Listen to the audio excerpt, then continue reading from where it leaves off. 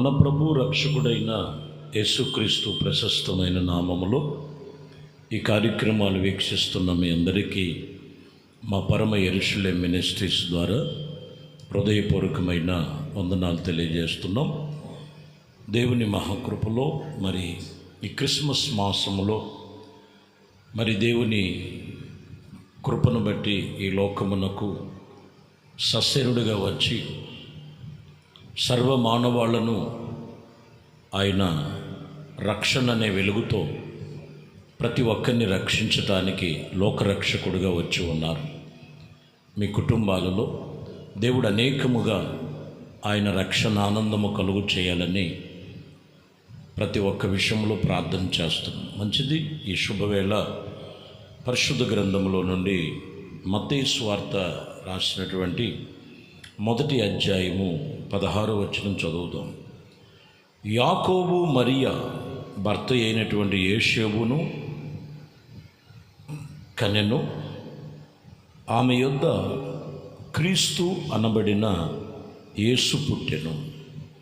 ఈ వాక్యములో మొదటి నుంచి 16-15 వచనాల వరకు మీరు గమనిస్తే పుట్టెను, కనెను, కనెను, కనెను అని చెప్పి ఈ 16వ వచనంలోకి వచ్చేలకే యేసు పుట్టెను అనే మాట మనం చూస్తాం. చూడండి, ఈ వాక్యములో యేసుక్రీస్తు ఈ లోకమునకు ఆయన కన్యక గర్భవతి అయి కుమారుని కనెను, ఆయన పుట్టెను. ఈ మాటలు మీరు గమనించాలి. ఆయన ఎందుకు పుట్టి ఉన్నారు అనేది మనం చాలా జాగ్రత్తగా మనము లేఖనాలు పరిశోధనలో ఉండాలి. ఏదో మనము పండుగను ఆచరిస్తూ ఏదో ఒక కొత్తదనాన్ని ఏదో వాళ్ళకు అనుకూలమైనటువంటి వాటి విషయంలో వారు జరుపుకున్నటువంటి పరిస్థితులు మనం చూస్తాం. యేసు పుట్టెను, యేసు ఎందుకు పుట్టెను మీరు గమనించాలి. చూద్దాం. మత్తయి సువార్తలో మొదటి అధ్యాయం 18లో చూస్తే యేసుక్రీస్తు జనన విధి ఎట్లా అనగా, ఆయన తల్లి అయిన మరియ యోసేపునకు ప్రధానము చేయబడక మునిపే తర్వాతే వారు ఏకము కాక మునిపే ఆమె పరిశుద్ధాత్మ వలన గర్భము దాల్చినని ఇక్కడ వాక్యం చెప్తున్నమాట. యోసేపు మరియము ప్రధానములు చేయబడి ఉన్నారు. వారు ఇంకనూ ఏకము కాక మునిపే. ఇక్కడ రాయబడిన మాటలు మీరు చూస్తే పరిశుద్ధాత్మ ద్వారా గర్భమును దాల్చి. ఎందుకంటే కన్యక అనంటే పవిత్రురాలు అనేటువంటి మాట.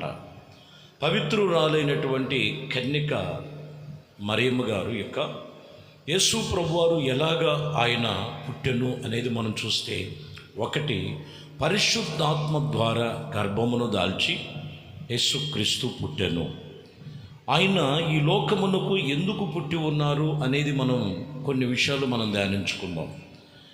గలతీలకు రాసిన పత్రిక 4వ అధ్యాయము 4వ వచనములో, అయితే కాలము పరిపూర్ణమైనప్పుడు దేవుడు తన కుమారుణ్ణి పంపి ఆయన స్త్రీ యందు పుట్టెను అని రాయబడింది.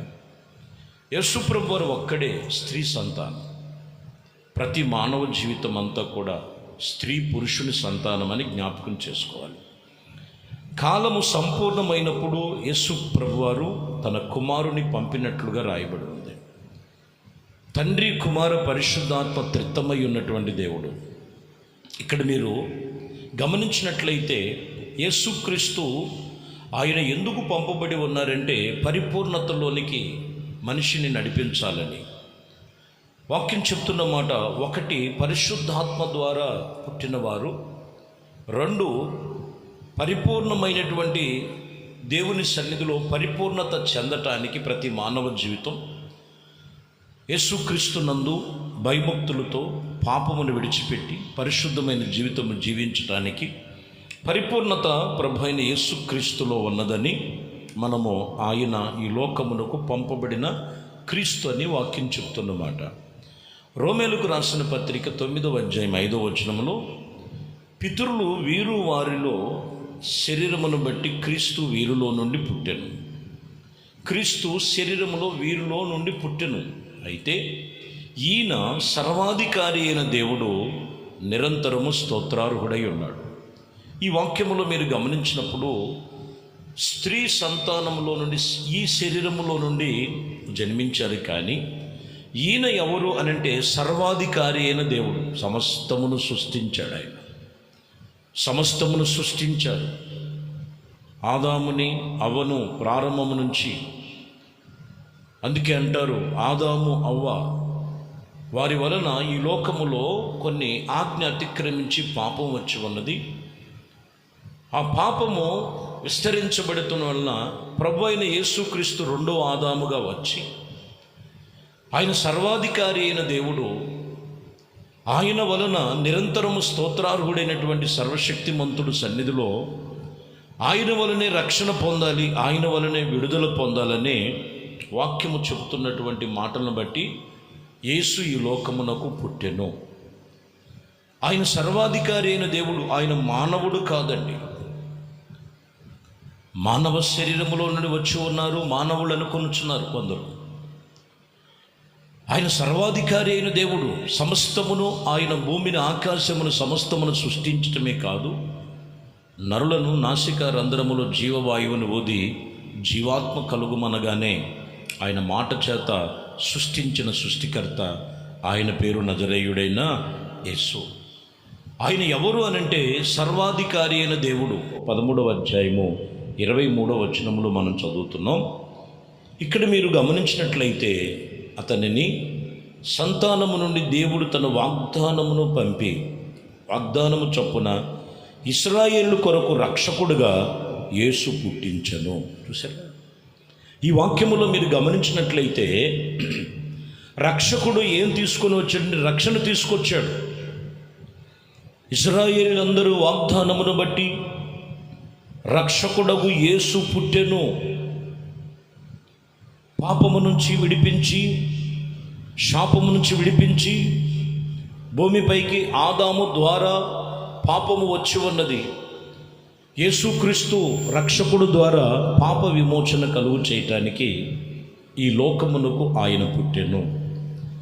ఈరోజు చాలామంది జీవితంలో పండుగని ముసుగులో ఏదో వారు కొత్తదనము, వారు పైకి కనిపించే కొత్తదనాన్ని చూస్తున్నారు, కానీ హృదయ అంతర్భావములో పాపం పెట్టుకొని తిరిగేవారు ఉన్నారు. వ్యసన బలహీనతల మధ్యలో ఉన్నారు. చీకటి అంధకారపు క్రియల్లో కూరుకుపోయినటువంటి ప్రజలు ఉన్నారు. 2000 సంవత్సరాల క్రితమే ప్రభు ఈ లోకమునకు రక్షకుడిగా వచ్చారు. ఆ రక్షణ మన కొరకు తెచ్చారు. ఎవరైతే యేసుక్రీస్తుని అంగీకరించి, ఎవరైతే ఆ రక్షణ కొరకు ఎదురు చూసేటువంటి అనుభవాల మధ్యలో ఉంటారో, యేసుక్రీస్తు ఆయన ఎందుకు వచ్చి ఉన్నారంటే, ప్రియమైన దేవుని బిడ్డలారా, ఆయన రక్షకుడిగా వచ్చారని లేఖనములు తెలియచేస్తున్నటువంటి మాటలు మీరు గమనించాలి. కాబట్టి ఇక్కడ ఈ సమయంలో దేవుని మాటలు మీరు గమనించినట్లయితే ఏమై ఉన్నదంటే, యేసుక్రీస్తు పుట్టెను. ఆయన సర్వాధికారి అయిన దేవుడు. ఆయన వాగ్దానమును బట్టి రక్షణ కలుగు చేయటానికి ఆయన మన ప్రభు అయిన యేసుక్రీస్తు ఈ లోకమునకు వచ్చనని రాయబడి ఉన్నది. ఇదిగో అపోస్తుల కార్యములలో మనం చూసినప్పుడు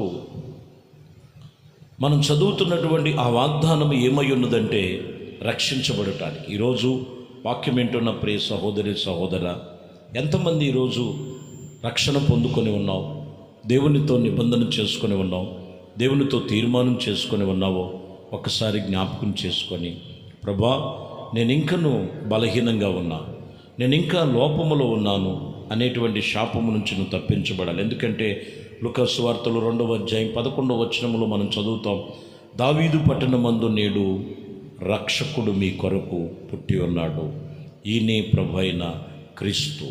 గాబ్రియేలు దూత అక్కడ ఉన్నటువంటి ప్రజలతో చెబుతున్న మాట, చీకటిలో కూరుకుపోయిన వారితో చెబుతున్న మాట, పాపపు బంధకాల మధ్యలో ఉన్నవారితో ఉన్నటువంటి చెబుతున్న మాట, దావీదు పట్టణమందు రక్షకుడు మీ కొరకు పుట్టి ఉన్నాడు, రక్షకుడు మీ కొరకు పుట్టి ఉన్నాడు. యోహాను సువార్తలో 4వ అధ్యాయం 42వ వచనంలో చూస్తే, మా మట్టుకు మేము వినియున్న నిజముగా ఇదిగో లోకరక్షకుడు తెలుసుకొని నమ్ముచున్నామని చెప్పాను. ఈరోజు నువ్వు పండగలు కాదు, కానీ నువ్వు నమ్మినట్లయితే నీవు నీ కుటుంబం రక్షించబడిందా? ఆ లోకరక్షకుడు లోకనాథుడైన యేసుక్రీస్తు యొక్క అనుగ్రహము పొందుకొనటం అంటే పాప లోప బలహీనతలు విడిచిపెట్టి యేసు ఎందుకు పుట్టారు, ఎందుకు పుట్టి ఉన్నారు అనేది మనం గమనిస్తే 2000 సంవత్సరాల క్రితమే ఆయన సర్వాధికారి అయిన దేవుడు, ఆయన రక్షించడానికి దేవుడు నిన్ను పిలిచాడు. నీవు వాక్యము వినుతూ ఎవరైతే నమ్మి ప్రభా నన్ను నా కుటుంబాన్ని రక్షించమని దేవునితో నిబంధన చేసుకుంటారో అదిగో వారికి రక్షకుడుగా ప్రభు ఇప్పుడే ఆయన మన వాక్యము చేత ప్రత్యక్షమై ఉన్నారు. నమ్మి విశ్వసించు, దేవునికి నీ హృదయం ఇవ్వు, దేవునితో నిబంధన చేసుకొని ఆయన రక్షణ కనులారా నువ్వు చూడాలంటే ప్రభుని నమ్ము.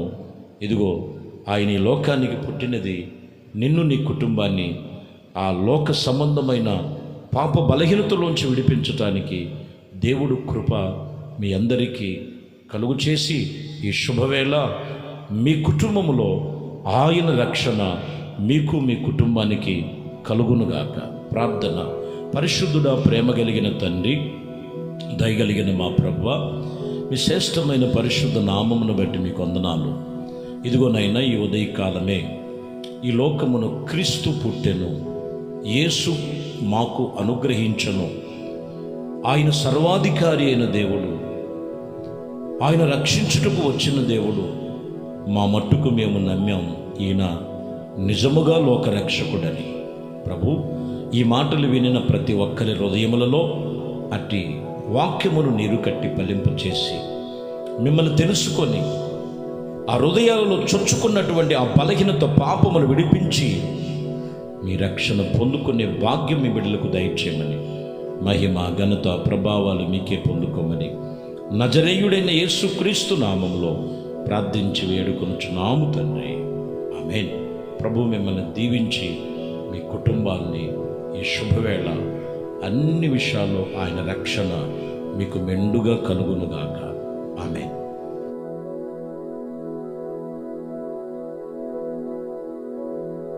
దేవునితో వచ్చిన పరిశుద్ధ